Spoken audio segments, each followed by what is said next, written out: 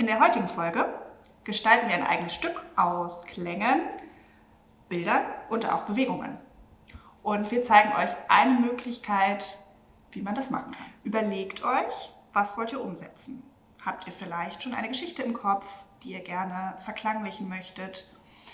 Oder schwebt euch irgendein Bild vor, was sich gut eignen würde, um daraus eine Klanggeschichte zu gestalten? Und wir zeigen euch heute noch eine Möglichkeit, die man benutzen kann, um ein eigenes Stück zu komponieren. Und zwar Gedichte, sogar ganz besondere Gedichte. Genau, das sind nämlich japanische, ganz alte Gedichte und die nennt man Haikus.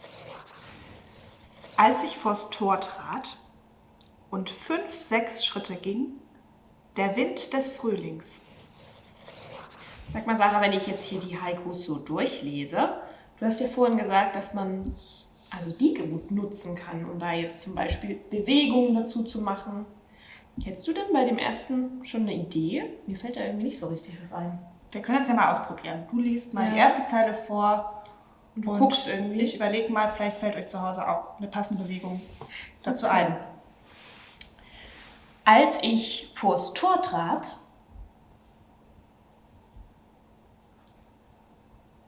und 5, 6 Schritte ging,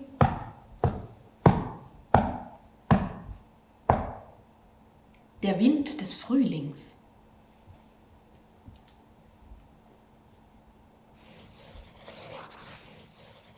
Nachdem wir euch jetzt die Bewegungen zu den einzelnen Zeilen des Haikus gezeigt haben, nutzen wir jetzt unsere Instrumente und auch die verschiedenen Klänge, die wir uns zusammengesucht haben und werden jetzt sozusagen zu den Bewegungen verschiedene Klänge machen. Und ihr könnt mal zuhören, was dabei herauskommt.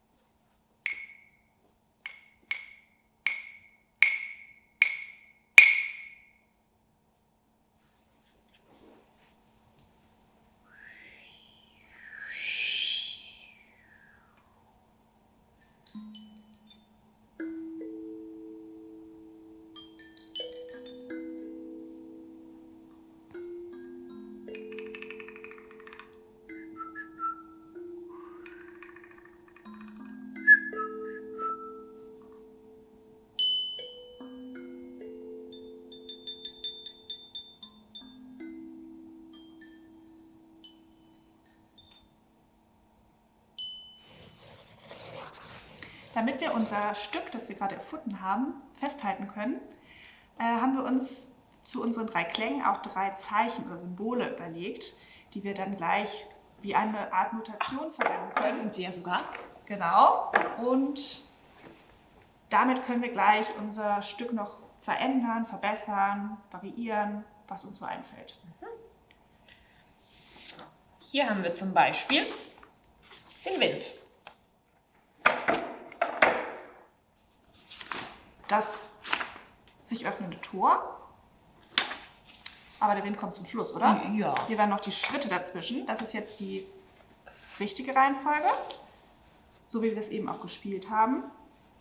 Jetzt können wir uns noch überlegen, ob wir das Ende vielleicht anders gestalten möchten. Ja, schön wäre ja, wenn das Tor vielleicht wieder am Ende wäre, ne? Das geht vielleicht wieder zu, das Tor. Habe ich hier schon vorbereitet. Nein, Sarah. Also, das Tor geht am Schluss nochmal wieder zu.